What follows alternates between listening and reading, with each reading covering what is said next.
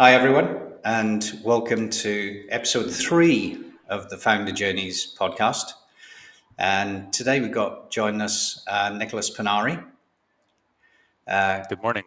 Hello, Canadian entrepreneur, previously investor, still obviously has some angel investments as well, and has taken a bit of a crazy and long journey through to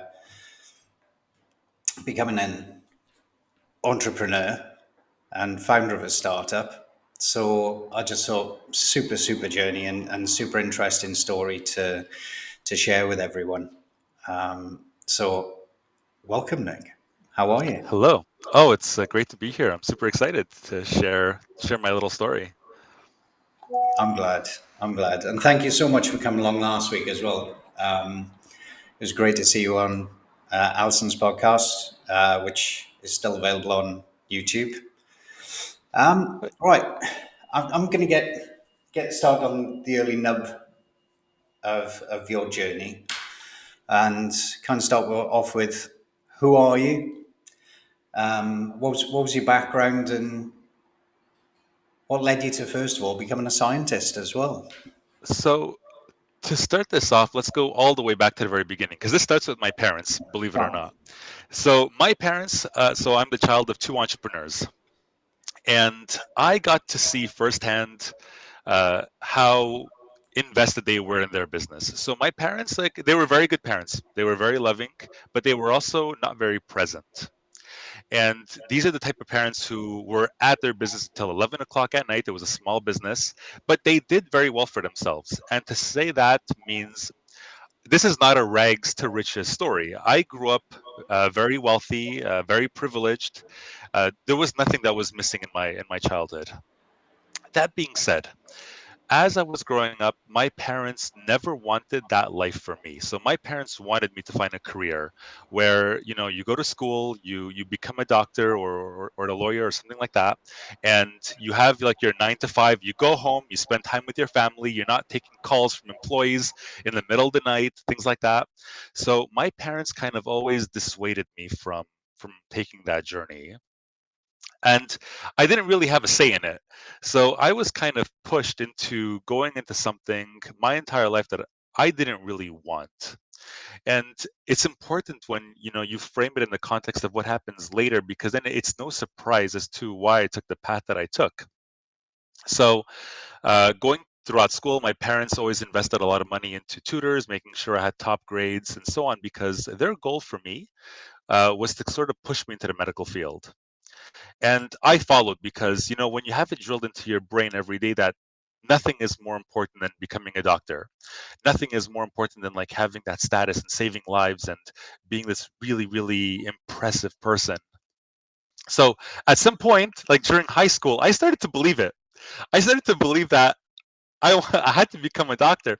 And it's hilarious because when I finally got to university and I started, interacting with some of my peers and colleagues and so on, it seemed like to some of them it came so naturally, whereas I had to struggle to study because i'm I'm battling my disinterest, right? Like I love science. I think it's cool, but some of these people, they were happy to study this stuff 8 hours a day, where it's like I had to force myself to go to the library, and it's like, oh god, I have to slog through this material. I don't know how I'm going to do it. And it was only after I graduated and I started working in the field. So in the end, I couldn't even become a doctor. So when I got far enough, it turns out I'm hypochondriac. I can't see blood. I get weak in the knees. I'm really not cut out to become a doctor.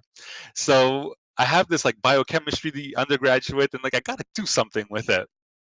So I was working in these pharmaceutical companies, and so that's kind of like my path to becoming a scientist. And boy, did my parents try! Like throughout my youth, I got to meet with scientists and people who are working in cancer research, and they really they really did everything to attempt to really spurn that interest. And in my mind, there was no other path. And it's funny because like I've always had an interest in computers and programming, and I tried learning Python when I was 13, 14 years old. And my dad, like, first thing he told me was, there's no money in computers. Like, stop doing that. Like, become a doctor, and like then your life is going to be great. Like, don't stop playing with these toys. And so both my parents, by the way, again, bless their souls, they're great parents, but my dad never finished grade 8, and my mom finished high school, and like that was the end of it for her. So like they didn't really know. So there I am working in like this pharmaceutical company, and it's like a top 5 pharma, fantastic company. They do a lot. They really do care about saving lives and improving the quality of life for their patients. And all of my colleagues, felt that way. But let me describe to you what that's like. So this is a giant organization, like 50,000 people, and you are a cog in a giant machine. So there were two facets that kind of pushed me to where I am now. So just to also frame it to you, I was around 25 at the time, and working for this large global pharma. I have a pretty important job. At the time, I was working on like cancer research and non-chemotherapeutic agents, and two things happened. Number one, all of my colleagues, they were there for between 20 and 40 years. I had people in my team that were at that company for 40 years. And the predictability of all that was soul crushing. To think that I could have predicted where I was going to be and what I was going to be doing by the time I was going to retire, it's like, well, what am I doing between now and then? Like, might as well just speed it up and like get to retirement now because I kind of know what my life is gonna or how my life is gonna play out. And number two, while I was making a decent enough salary, like top in my age cohort for sure, uh, I was doing the calculations because like my dream was to own a house and build a family and get a nice car and all that. And when I was doing the math, I was never able to arrive to the point where I'd ever be able to afford a home. So I got to thinking, and it's like I need to figure something out to help me get the things that I want out of this life. Especially considering that I really do believe, you get to enjoy this life once. You got to make the most of it. So I went to studying. I started hitting the books, and I think you're going to see this is going to become a recurring theme in my life. So I started picking up the CFA textbooks. Like when I say I wanted to find something on the side, I wanted to, really get deep into it. And for me, that thing on the side was investing in the stock market. And the first day, and here I'm going to give some personal details. I have nothing to hide. So my net worth at the time I started investing was around $14,000. That's all I had to my name. And I invested, I think, like $5,000 of that money into an oil and gas company. And by fluke, it went up a little bit. And that day, I made $200. That's my salary for the day. And I had made it by just like placing it in the market. It's like, oh my God. Okay, this is the solution. This is it right here. And for me to do this, I need to get really good at it. How good at it? Well, I know a lot about central limit theory, and I have to outperform like the bell curve. So I need to get into that top 14% of traders to do better than everybody else who tries and inevitably fails. And for me to do that, I need to be as good as the people who do this full time. So that's it. Every day at work, I do my things, and then I go home, and it's another 8 hours studying the CFA material. I got a whole bunch of books on options trading, how to do technical analysis, and so on. And this goes on for like 4 to 5 months. So at this point, I became more interested in that aspect than um, anything else. So I became the worst employee, and eventually that company did fire me, and I totally deserved it. And I'll explain to you why. I was coming into work late. I was leaving an hour early because I had to go back to my stock trading. Okay, like I had to go back to my books, and eventually, like my manager's not an idiot. She picked up on it, and she's like, "Okay, well, we're gonna give you your first warning. Like we noticed that your performance has fallen over the past couple of months." And I was like, "Yeah, yeah, yeah, it's okay, it's fine. Like no problem," because I was just so into this other thing. So at the same time, a second lucky event kind of happened where cannabis was becoming legalized in Canada, and I started putting all of my funding into that. So I started investing in those cannabis companies, and they were performing so well. I did something that I would never recommend to anybody to do. So please, please do not follow in my footsteps. What I did was incredibly stupid. Um, I went to the bank with I didn't lie about my salary. I can't say it actually. With my legit true salary, and I got a loan for about $100,000. So far more than I was worth at the time. And I put it into those cannabis stocks, and I continued trading them with everything I was learning about how to, understand finances and how to understand the market and all that. And then, like there was a little asset bubble. So again, pure luck. You can't predict when something's going to go into a bubble or not. But there were days, okay, there were days where I was making between 30 and 40, $50,000. And I was like, oh my God, today I out earned everyone, including the general manager of this company. So this goes on for about a year. And now I am so I remember the day that I got pulled into an office. There was like a box of tissues. Hajar was there, my manager was there, and it's like, oh, Nick, we got to terminate you. And I guess they were expecting me to cry or something because I was like, oh, well, you know what? Yep, I brought this on myself. I completely agree with your decision. This is the right decision. You are a great manager for doing this because I am a disengaged employee. And like the look of confusion on their face when like I wasn't taking this poorly, it was it was really something odd. But at the time, like I still felt terrible about it because it's like, oh, I got fired. But at the same time, I couldn't be sad because I was doing what I was doing, and Let's be honest. now You skipped home, didn't you? I it's a very complicated. So on the day that I was fired, I there was a little bit of emptiness because now like I'm not tied to a job, so I didn't exactly skip home. I I was evaluating like, oh my God, am I actually like self-sufficient enough to live off my money? But the fact of the matter is that no, I wasn't. I actually got another job. So like the story gets worse, okay, before it gets a little bit better. And the reason for that is because my strategy from the very beginning was to hold my stakes in those companies until legalization was upon us. And we weren't there yet. We were still a year away. So I actually got another job at this biotech company. They were building like medical robots and stuff. It was actually quite cool. And I did that on the side, again, half-assed. So here I am taking advantage of companies, the worst employee in history. And then the day came upon us where now we are October 15th, I believe, 2018. Don't quote me on those dates. 2018, I believe. It's the year that legalization happened in Canada. So 2 days before legalization, that's when I quit my job, and I saw how much what my bank account was, and I said, okay, if my bank account goes up from this point here, great. But if it goes down, I'll never be able to live with myself. So that's the day I sold my entire stake in anything I was invested in. And, like going to the casino, I won at the casino, so I'm going to pull out. And that's the end of it. I never go back to the casino again. So I sold all my shares, shut my laptop, told my boss, I'm not coming in tomorrow. Like, that's it for me.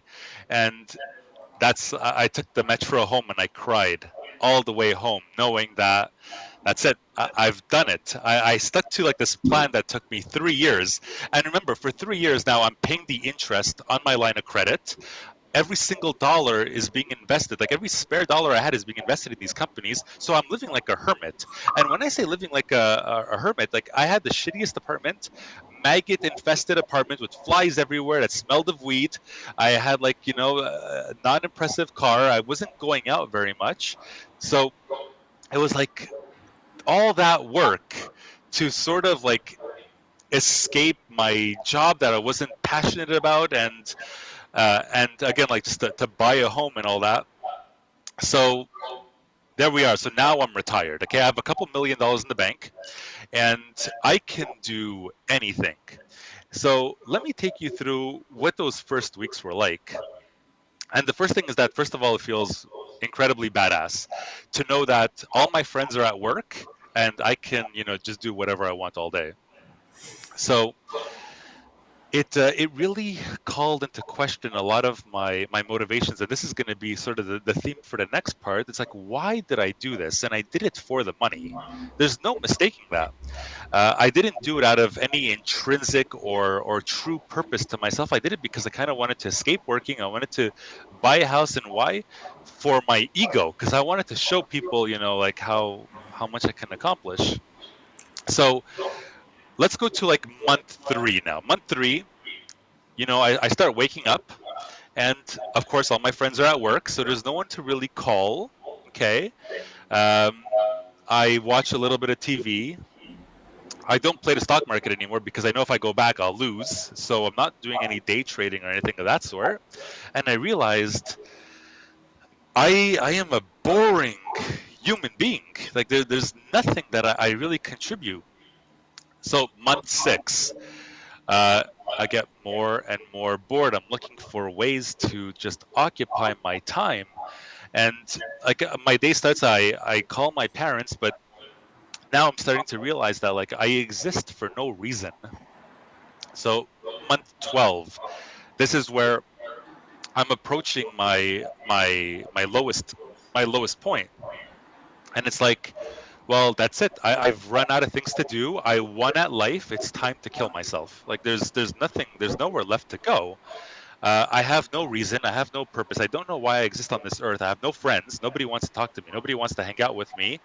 I've literally become this toxic, angry, miserable person, and it's all a cycle. Because now here's the thing: in my head, the story that I told myself is that I'm the guy who has everything. I ended up buying my house. Like I own this condo. I have no mortgage. Like I am far beyond people of similar age. Why am I the most miserable person that I've ever met? How is that fair? I know this could have gone two ways. Now, my parents were never into smoking or drinking, so this was never a part of my life. But it could have gone two ways, where I either go down, some sort of path of addiction and drugs, where I'm trying to fix myself, or you take the path that I did take, where I took a path of anger. I was angry at society because I blamed them for doing this to me.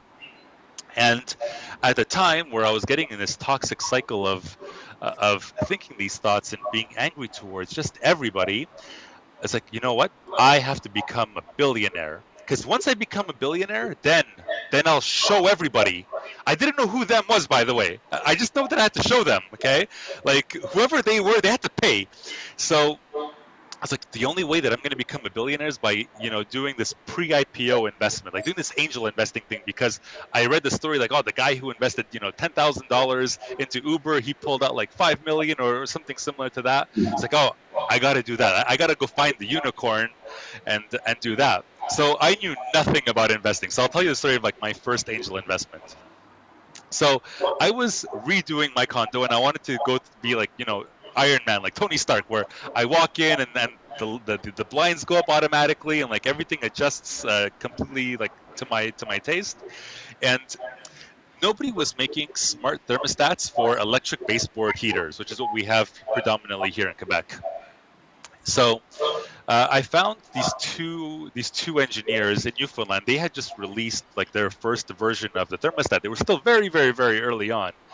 And I called them. I reached out to them, and it's like, I love what you guys are doing. I love your product. It's actually filling in a need, and I'd like to invest in your company. So like it was the opposite of what how it typically goes. I came to them, and they're like, yeah, we actually have room, or we're raising around right now. We have room for investment, and like we'd love to get to know you. So I fly down to Newfoundland.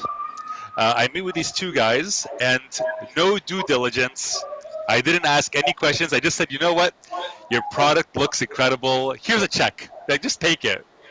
And today, well, today that company has like 200 employees, and our thermostats are found in over 100,000 homes across North America. They're an astounding success story. But here's the thing that I learned from doing that investment. First of all, I got to see the direct impact of my money. So my money was used to hire people, and those people that were hired loved their jobs because they created such an amazing culture.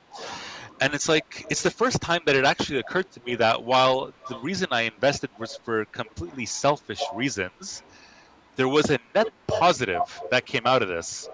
And I saw how closely knit their team was. And then I experienced something: jealousy. Because I was so jealous that like these people were working together to build like these cool products and I was not involved. And that kind of killed me. So I get back to Montreal, and that experience was so positive. It's like I got to do that again, and I did it with an AI company, also based here out of Montreal. I did it with a video game studio and a marketing company, and so on. And I realized like a couple of things were happening as I was making these investments. First of all, the more money I was spending, and when I say spending, I just mean in the fact that like, if you give a company 200K, you can't really go out and buy a car with that. Like it's kind of spent. It's not there in your bank account anymore. So the more my bank account kept going down, the more full my life was becoming, because suddenly uh, my business partners were becoming my friends. I was becoming my social circle. I was building a network, and suddenly people cared, if I was there or not, if I was involved or not. And then it got me thinking to how can I contribute to my own companies? Like I want to be a part of these cool projects. It's not enough for me to just like be on the sidelines. So that's where I started doing my MBA. I started doing a bunch of certifications because I wanted to contribute to these companies and how they operate. So I took a kind of unsalaried position, just doing anything and whatever for them. So I would do the payroll, I would pay their taxes, I would do some of their administrative stuff, I would handle some of their accounting. Um, Whatever it is, I would throw myself into it, and I would study at night. So again, we go back to the studying at night. We need to figure out how to price our products and services. Well, I got this big textbook on software pricing, and I read it all, and it's like, oh well, here are the best techniques for doing that. And I sort of became an expert. Well, not an expert, but I became knowledgeable on all these various different things because I was basically going around just putting on different hats for all my different companies. Um, so that's kind of how I got into angel investing and how I found my passion in the entrepreneurship. So now I'm finding my passion, my purpose, and I'm not so depressed anymore, and I'm sort of clawing my way out of this. So then we get to, I guess I can go into my video game studio. Like that's the next step on my journey. So back when I was a teenager, I was a competitive video game player, and it led to a lot of habits that were developed throughout my life that were kind of harmful. I was addicted to playing video games. It's a very sedentary lifestyle. I wasn't very healthy, and I came across this entrepreneur who was trying to build athletic video games, and it just resonated with me so deeply because I was that teenager who would have loved to have a video game that let me be active and let me get together with people, so I wouldn't have been such a loner when I was a young adolescent. And it really struck a chord with me, and it's like, you know what, yeah, I'm going to put some money in, but I also want to co-found this with you. I want to kind of take our own journey together and build this from scratch, given that like I've helped all these other companies and so on. So we did that for about a year, and one of the best experiences of my life, for sure. We're still that company is still operational. They raised a pretty big round. I think they're going to commercialize sometime actually at the end of this year. So that company is going wonderful. I had. Oh, are we getting background noise? Yeah, we're still here. Oh, okay. So, um, and again, at the end of the day, ultimately, we were building a product that meant the world to me because this is something that I had wanted to solve, something I wanted for myself, and we were getting it off the ground. At that point, 1 year in, my first son was born, and I was giving it all to my companies, and it's like I need to find that balance so I can be a present father and do what I'm passionate about. So I left Arcadia, and I was focused on raising my son a little bit, and at the same time, I took a position in a financial services company here in Canada as a product manager, just to keep me mentally stimulated. Um, and that was an amazing job too. Wonderful company with incredible people, and I did that job for about 3 years, and I was happy to do it because I wanted that 9 to 5 balance. I wanted the structure in my life where, I go to work, I'm interacting with all these fun people, and then at 5 o'clock I clock out and I'm with my son. So today my son is 3 years old. He's finding his autonomy, and that led me to finally undertake something that's meant the world to me for a couple of years at that point, almost 4 years. Like, I have customer interviews that are recorded on my hard drive dating from 4 years ago. And I noticed that with all my founders, while I was building Arcadia, that when you're a small team, there is so much to manage. It's so easy to lose the thread. And this is where I saw some of my own companies fall into trouble, and where when I was mentoring other founders, they had kind of similar experiences. So the initial idea was to build a dashboard that aggregated everything from everywhere. And it was kind of ambitious because the more APIs and integrations you have, the more expensive it is to upkeep. But I wanted on one slide, if somebody mentions you on Slack, hey, it's going to show up there like, hey, make sure you respond to this. So, things don't fall through the cracks. What your current marketing metrics are, where you are on your product roadmap, where you are in your project management, where you are in your finances. And the idea was really to create a single page command center for managing your entire business. Now, this was a little bit too ambitious to start, but where we actually ended up going was because I was already doing the bookkeeping for my companies and handling the accounting and building these financial dashboards for them. I paired with one of my best friends I met from doing my MBA, and this guy is complete finance wizard. Every single financial certification under the sun, every accounting certification, this guy had it. He knew numbers like the back of his hand, and I knew he was the right guy to sort of build this with. So we started together with one of his engineering buddies. We started building this prototype for what would become Pulse AI. And again, the idea was to build a dashboard that plugged into your accounting solution and just gave you a single page dashboard of how much money is in your bank, when you're going to run out of money, what you can do to sort of stave off or increase your runways or stave off bankruptcy, where every single dollar is going. Because one of the problems we had in Arcadia is that sometimes certain months you would spend, $15,000. It's like, my co-founder was always asking, like, where did that money go? How did we spend that much money? Oh, well, there's taxes and there's like little things like that. And they creep up on you, and it's hard to or rather it's easy to lose the thread. Same thing happened with my AI company. uh, AI is incredibly computationally expensive, so we had bills from like AWS and Google Cloud Compute for like $5,000 a month, and the founder was like, just where is this money going? And I was trying to create like these tracking systems to help them figure it out. And once you know where all the money is going, you can take better business decisions and sort of better control your company and control that burn, because especially at the beginning, burn and cash management is everything. So I said, you know what? I have to build this product. This is my passion.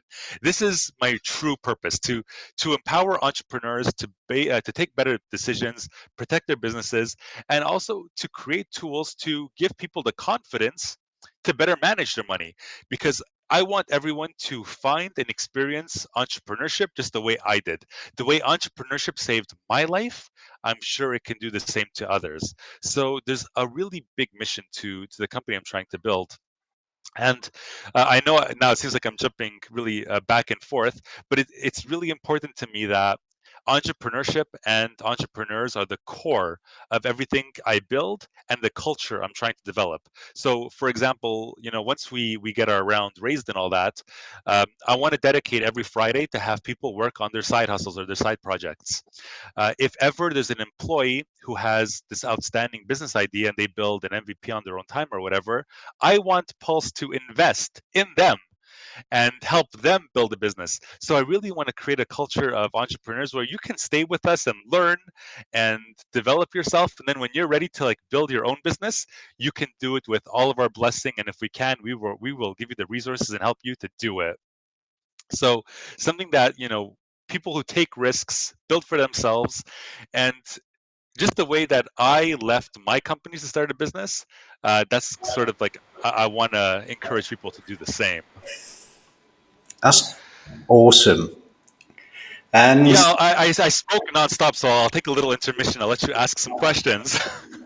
it's good. That was a fantastic journey. And as we mentioned, everybody kind of takes the different journey. There's some resonances, obviously, with Alison from last week, with pretty much the same kind of, well, even longer in the engineering sector.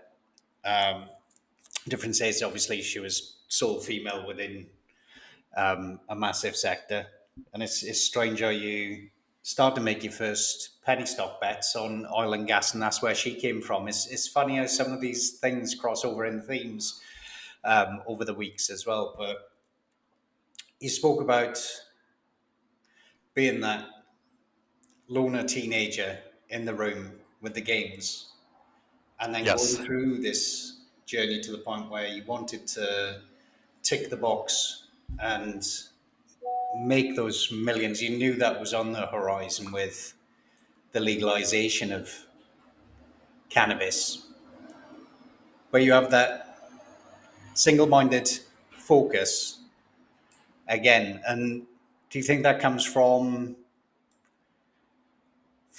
that introverted side to you? that's a great question. I would have attributed it more to I know what it feels like. I'm not going to say I wasted my life. It's unfair. It's unfair to myself and it's unfair to my parents. But I'm going to use the term anyway, but very lightly. I know what it feels like to live a life wasted and to come out of that and feel like you want to maximize the most of your time or every day after that. It comes from really wanting to find my path to living my most authentic life, to live a life that genuinely fulfills and satisfies me, where every single day I get to wake up and do what I love because I know what it feels like to do what you don't love. I know what it feels like to wake up and drag myself to a job that doesn't fulfill me. And like I said, oh my God, the thought of me doing this for the next 40 years until I'm 65 and having that sense of dread where it's like, well, then why am I living my life? Why am I experiencing every day if it doesn't bring me closer to where I want to be and what I want to do?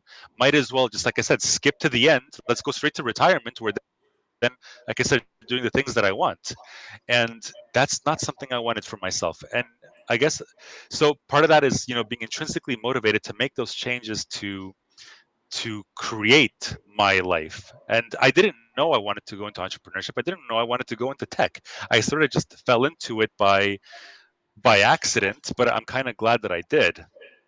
But I knew that if I didn't find it, if it wasn't that, I was going to continue jumping around until I found what I loved. And today, like I'm still always in a class. There's never a point in time where I'm not taking some kind of course or some kind of online class. Where today, right now, I'm doing quantum computing. I'm interested in seeing how I can use quantum computing to create better financial models in a way that no one's ever done before. Or when I did my full stack engineering online course, not because I want to become a programmer, but because I would like to better communicate with programmers, especially my own devs. And if ever I have a cool business idea, I'm able to cobble together my own little prototype, introduce it to an investor, get some funding, then get real professionals to come in, hack it away, and build something professional. But in the end, for me, it's like it's my own journey of continuous self improvement and continuous finding my way along that path where I'm living as my truest self and I'm bringing my best self every single day.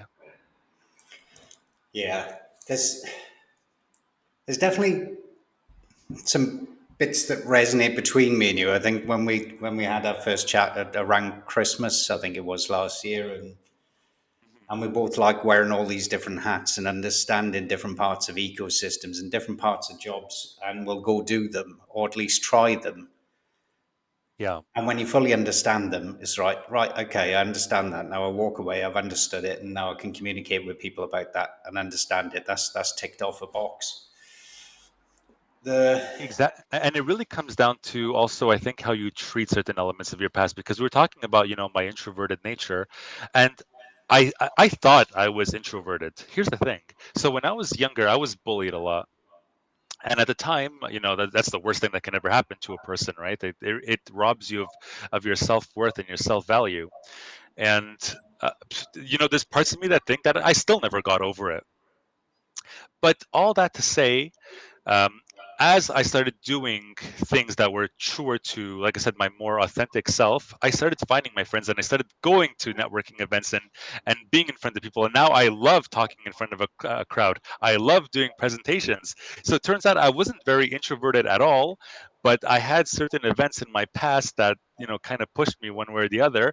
But it's important to say that I don't regret it because I credit being bullied with becoming that introvert that was interested in computers and interested in technology, and that experience helped me sort of find my way later on. So today I try to give gratitude to my good experiences and my bad as well. I'm thankful for them because they kind of got me where I am, and where I am today is like I'm quite content and satisfied with what I do.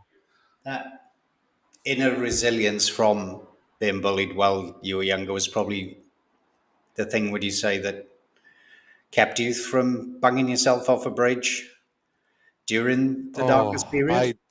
I don't know. That's a complicated question because again, to bring this back to my parents were like I said, they were good parents, but they were not very present. They were very involved in the running of their business.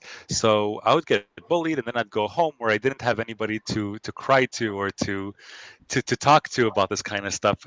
And I kind of had to find that strength intrinsically. And I remember there's a lot of nights where I was a teenager and I suffered alone at home, and just feeling or struggling with that loneliness was something that was tough for me to do. But I would say that going through that early on made me comfortable with loneliness later on.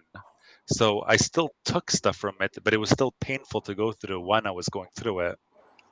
So, in a sense, you're right. I do credit some of those experiences with the resilience that I have today, because it makes you stronger and you learn to develop internal strategies for dealing with that.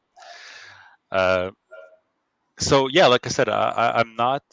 I have no regrets, and I'm thankful for both the good and negative experiences. Yeah, I think we all have. It's the same as what people see as negative feedback. I guess there is no such thing as negative feedback. There are learning points we can all take and learn how to manage situations better the next time or in future, or help someone else manage a situation better. Even so, completely get that.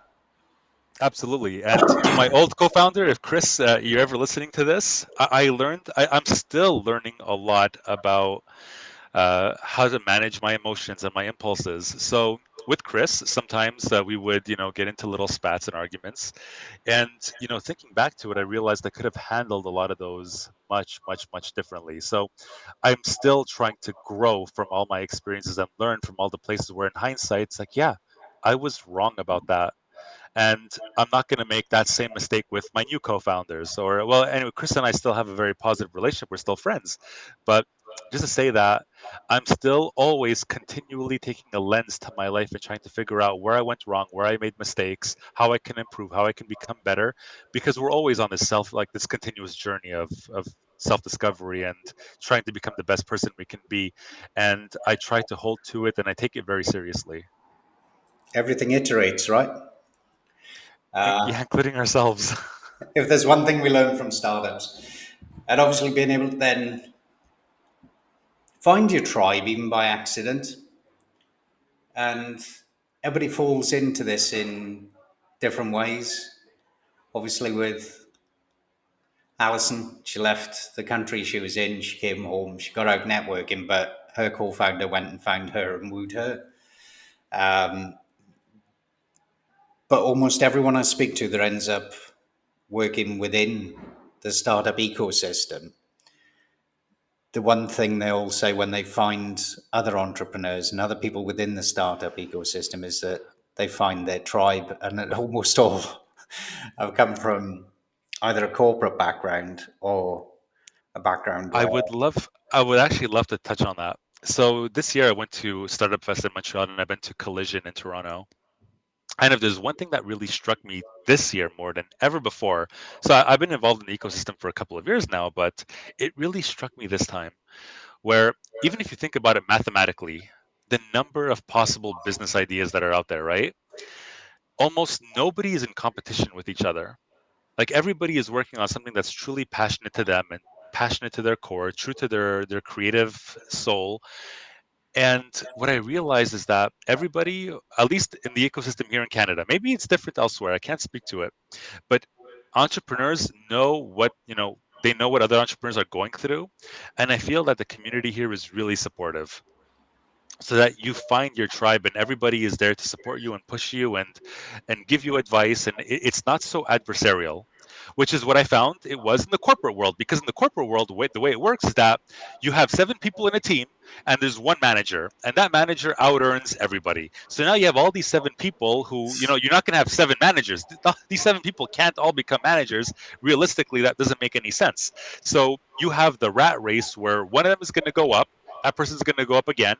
And if you don't go up, well, guess what? Your quality of life isn't changing. You're not going to get more responsibility. You'll stay bored in your work and so on. And that's what leads to certain people staying in their job for 20, 30, 40 years.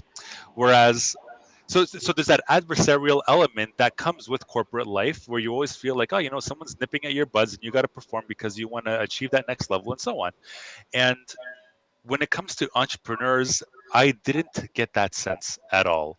Whether they were investors or VCs or other entrepreneurs or just people who were interested in tech or students. Students were some of the most fascinating people I've come across, because they're wide-eyed and ambitious, and like you see all the dreams they have, like when you look at them. And it's just such a supportive ecosystem that just encourages people to bring their best game, to continue learning, to bring their best self, to collaborate, find partnerships, work together. And I think it's a really beautiful thing that everyone should experience, at least according to me anyway. Yeah. One last thing I'll touch on before I open up to other people for questions, and this is something we touched on last week, but I had the feeling you'd want to expand on a little bit, was the early stage startup ecosystem. Obviously, what you're doing is helping people build a financial framework that removes huge amounts of that headache for non-financial founders. And let's be honest, even from my own anecdotal experience, 90% of them are shit at finance and love my super simple projection template because it is so absolutely numpty proof in that first instance. But we were talking last week about things like government intervention in early stage startups. And if you could wave a magic wand, what are the things you'd like to see more of within the startup ecosystem, particularly at that? I can't even call it pre-seed stage anymore, because pre-seed isn't pre-product anymore.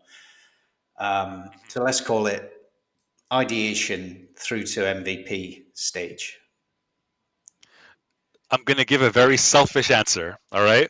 Because this is my ultimate goal. Now we're talking like, what do I want the outcome of my life to be?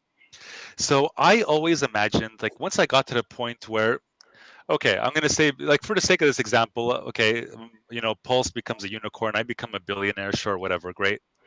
Uh, what I would do with that money is I would build a venture studio where it would operate a little bit like a big company, where we have a legal firm internal to us, we have a design firm internal to us, a marketing firm, all these small little companies within the company.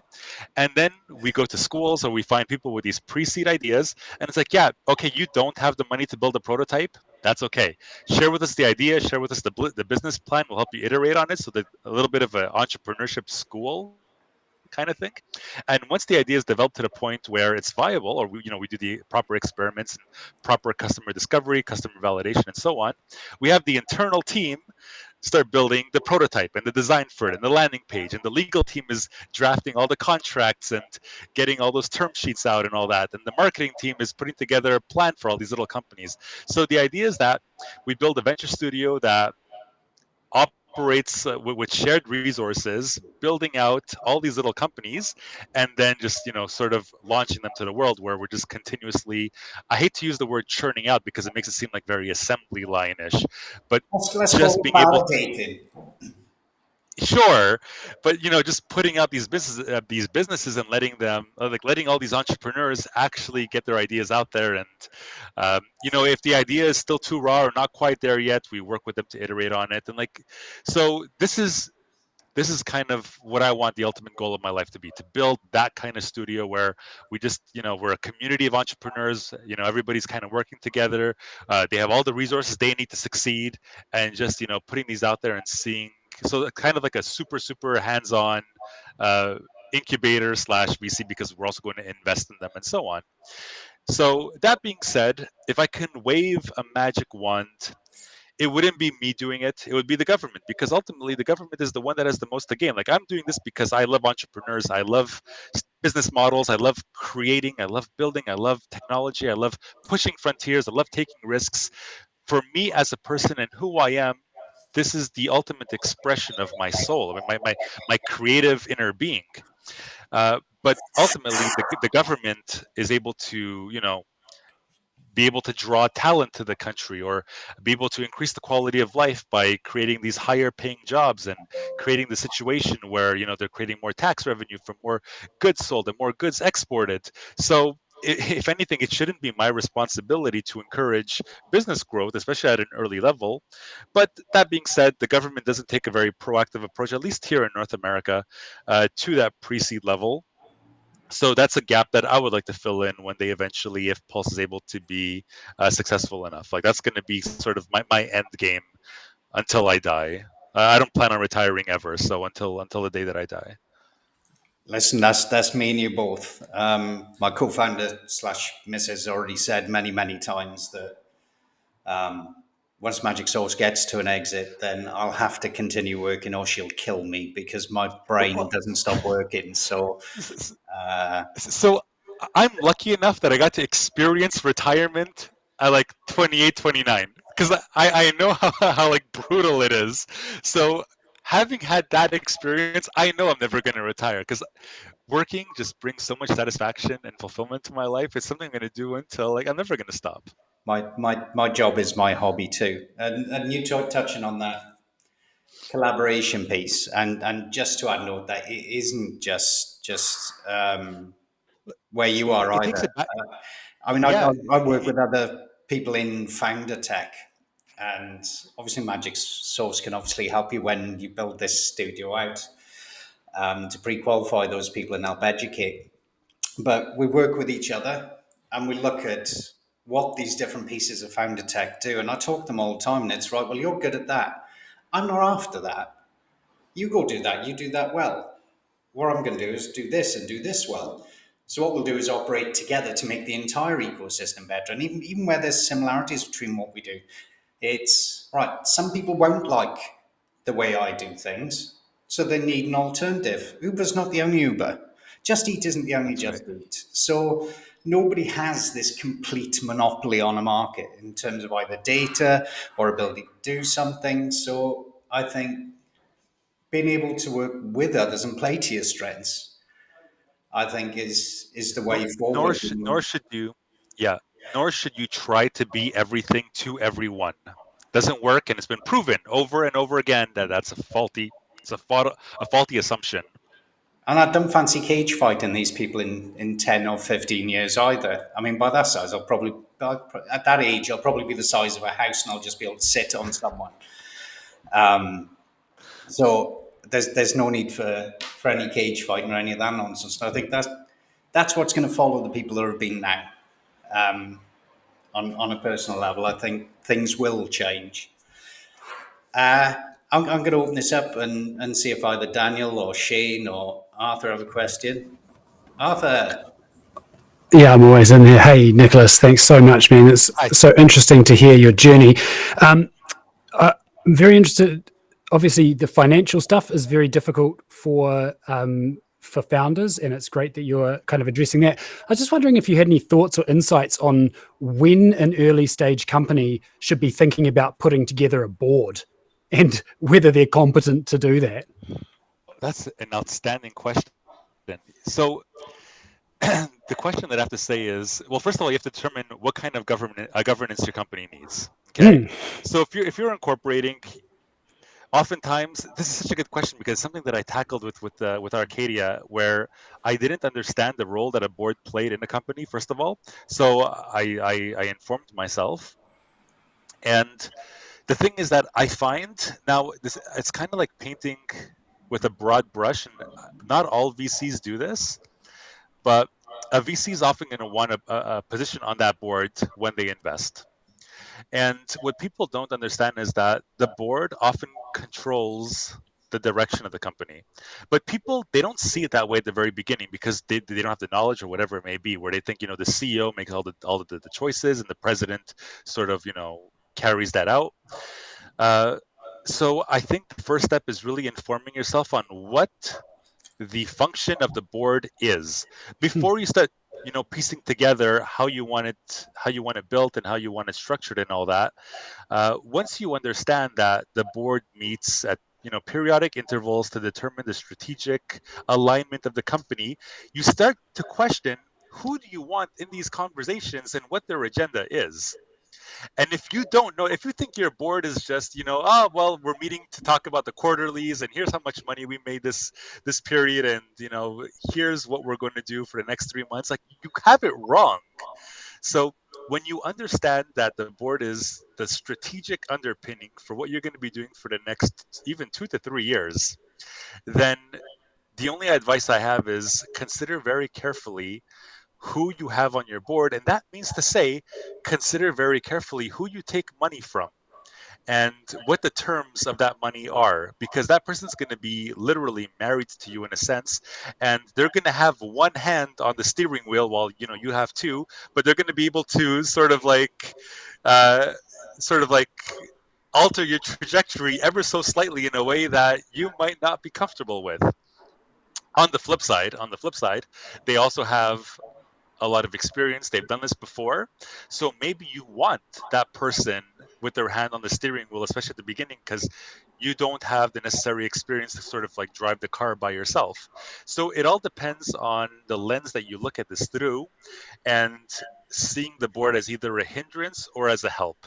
And if, depending on how you see it, how those members of that board will affect how you steer your company going forward. Cool, man. But there's really no one size fits all answer to that question, because every board is structured and composed differently with different types of members and so on. Do you think it's something that, when do you think early stage teams should be thinking about it? Typically, so with Pulse, I started thinking about it as soon as possible, just because I have experience with setting up boards and their importance to a company. But oftentimes, if you're not at that stage yet and you're just focused on building your product and getting that validation, you should start thinking about your board when you start thinking about your round. When you start thinking about how much money you need, because everything is tied together. Here's the thing. You need money to execute on some kind of objective or mission. That objective has to be measurable. It has to be pretty concrete. So it's like, yeah, we're raising $1.5 million to get to 6,000 customers, 4.2 million ARR, build a team out to 10 full-time employees, and validate product market fit for like the secondary add-on that we're doing. And then the money is meant to get you there. And when you're composing your board, which you will have to think about, because like I said, these VCs are going to start asking for board seats. And if you're not thinking about how you're going to structure the corporate governance aspect of your company, then you're leaving room and leeway for things to spiral out of control or go wrong later down the road. So those elements I find are highly interconnected. Like that's when you put on your big boy shoes and you stop putzing around with little prototypes in Figma and like your pitch deck, and it's like, no, things are going to get serious. So start taking this seriously, start behaving like a professional, and if you don't know, start doing the research at night or whenever it is. Pick up a book. I have textbooks on corporate governance here in Canada, so I took the time to read through it and learn what they do. So put in the work. Don't leave things to chance. And talk to customers constantly. Great advice. Always be talking to customers. Always be talking to customers. And thanks for that, Arthur. Shane, Daniel, either of you want to chime in? I don't actually have a question per se for you, Nicholas. Great to meet you. I just want to say it's been fascinating to listen to your story. Chris was talking using the word resonate earlier, and I was just like, yes, this resonates. Yes, I've done that, felt that, experienced that. The difference that I felt for myself, though, is that you seem to have been doing it at a significantly higher level. And that's a really, really good point for me, because I get the feeling, okay, I need to up my game. So listening to your story has been a fantastic, it's been really good. I've really appreciated it. So I don't have any questions yet. I will come back to you. No, I need to think about it first. It sincerely means the world to me. Thank you so much. I appreciate that. Daniel. Hi, Nicholas. Hi. Hi. No, it was a fantastic journey, I must say, that you took us through, Nicholas, and identified with quite a few of those things, especially like sort of the earlier stages of your journey personally. And having been a founder, having been part of other people's successes, and now trying to help other people make successes in startups. So it was truly rewarding to hear those aspects of your journey. The only question I do have is, when you jumped into your product management at that point in time, and I know you talked about that you're looking to learn new things, always every day, learn new skills, was there any thought to go and, before you launched your company, I'd like to go and experience marketing, I'd like to go and experience other sectors? Was there ever that thought to go and jump into those other arenas? The great tragedy of my life is that I will never get to experience and learn all the things that I want to experience and learn. If I knew I was going to live 300 years, yeah, I would take 5 years to go work at a marketing firm and learn how to do like proper marketing and SEO and AdWords. And if I knew I was going to live till 300, I would take a job as like an operations director and learn how to coordinate and orchestrate a staff. So the answer is yes, because my insatiable curiosity will always drive me to like want to do those things. Just the fact of the matter is that I do not have the time. But especially marketing, because that is something that has always interested me incredibly. So like I've read books on marketing, sure. Like I was very interested in studying branding and how colors impact the psyche, and how certain logo elements sort of funnel the mind to certain thoughts. And um, I'm also super interested in UX UI. So I've actually done a UX UI certification at the University of Glasgow. And again, I wish I could take 5 years to just be that UI UX designer and build these flows and build these gorgeous front ends, and really delve into the methodology of conducting a proper customer interview, where you're getting into the deep foundation and roots of what their problems are, and what they're trying to accomplish.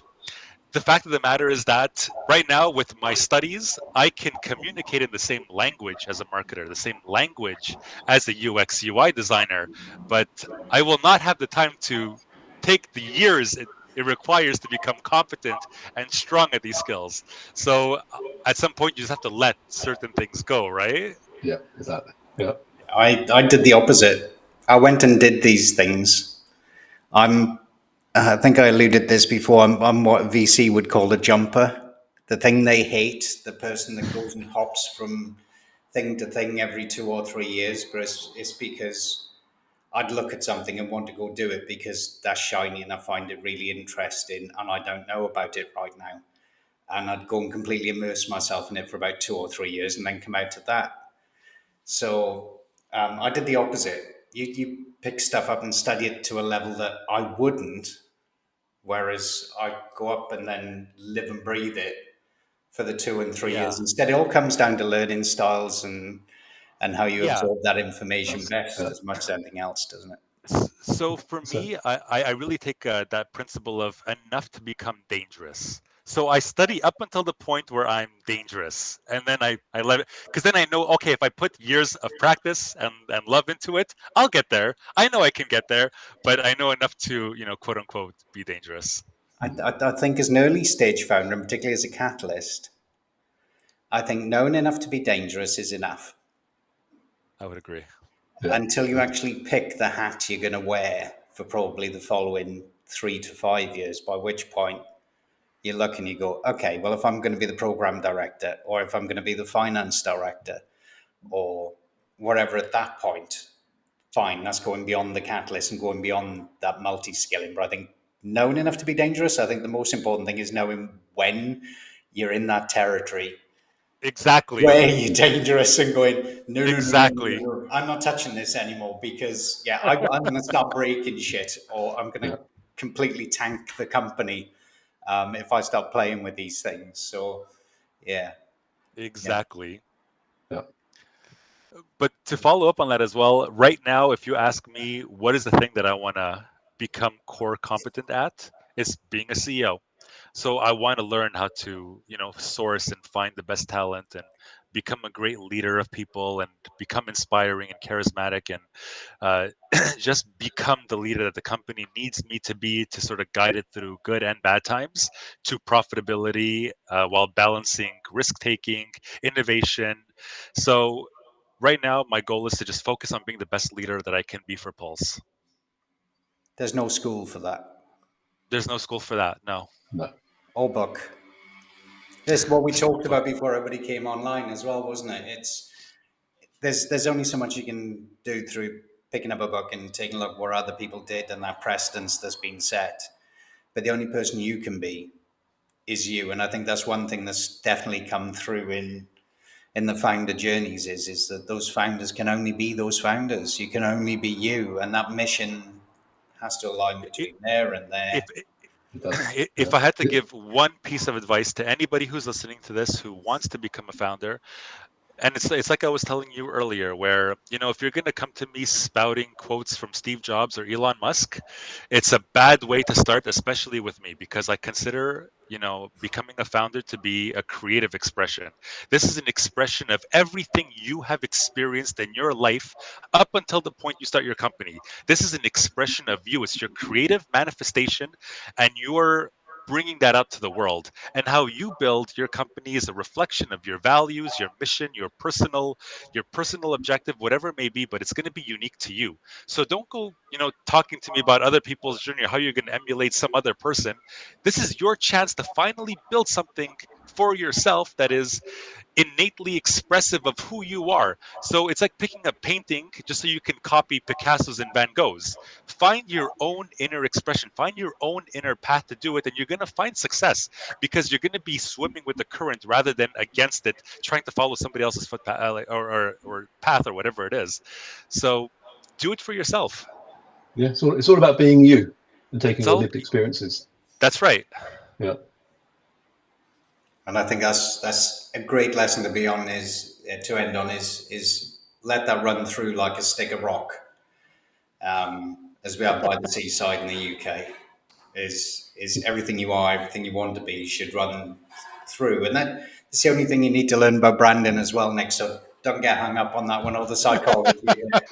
The only thing that needs to be remembered with branding is that everything runs through not just you, but that company like a stick of rock. Have people challenge you. That is part of that Authenticity. process. So Yeah. excellent. Listen, Chris, thank you. Thank you so much for having me. It's been a pleasure getting to share and just to meet the other founders and other audience members. It was fantastic. Thank you. Yeah. It's been a pleasure to hear, Nicholas. Thank you. always I massively appreciate that, and Yeah. the recording Thanks. will go live very very soon. There may be a hiatus next week because it's my birthday and I'm nearing 50.